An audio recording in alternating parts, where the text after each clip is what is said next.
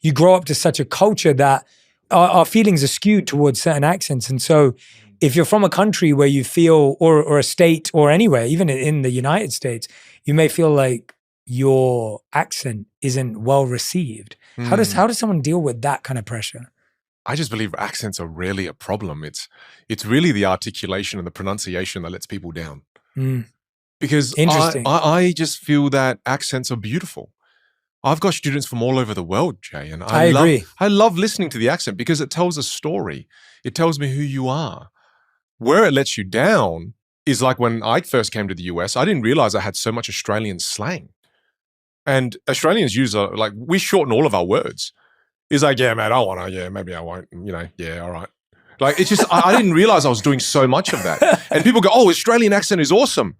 Yeah, if I'll talk for a sec, you won't even understand what I'm saying if I don't articulate and pronounce my words correctly. Yeah. So I really believe that, and I have this happen all the time in my in-person classes where someone will come and ask that very question and they'll have a Polish accent or maybe they'll have an Indian accent. And then the moment I just get them to over-articulate and practice, all of a sudden, it completely changes how they sound. And here's where it happens, Jay. It's because, for me, for example, right, I learned the Vietnamese language. So I learned a set of Vietnamese mouth movements.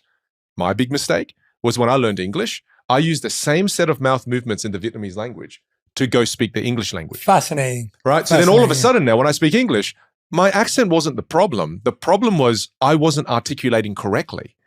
So people didn't understand me. I used to not pronounce my T's.